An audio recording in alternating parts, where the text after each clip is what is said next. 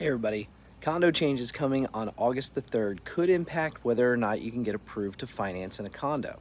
Now, what's the important change that's going on? The biggest part of the change, and there's a couple small differences in there, is they're no longer going to allow what they called a limited review when seeing if we can approve for a Fannie Mae or Freddie Mac loan, the people who invest in most of the loans that are out there.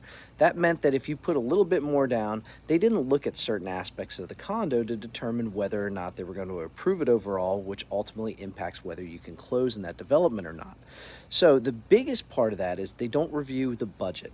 Now, what they want to look for is Fannie Mae says you have to have 10% of your total budget held in reserves. Now, if you don't have that, you're not eligible for Fannie Mae financing. So, if you had the limited review, you didn't have to have that part of it reviewed and you could still be approved. With that going away on August 3rd, it means that everyone is going to need to have 10%.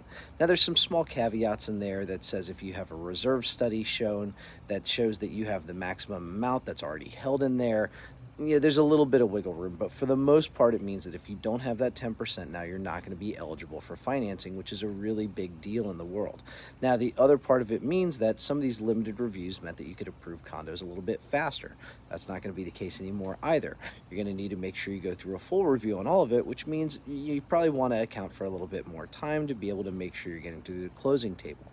So anyway, the important part is, even if there was a condo that says, no, I know we were approved for financing before, it may have been approved under a limited review. You want to go back and make sure that it's still eligible.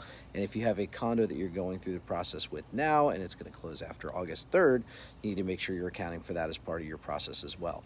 If you want to know more about condos and there's more changes that are coming down the road that don't come into play till the beginning of 2027, reach out and let us know, and we're happy to talk it over with you. Have a great day, everybody. Take care.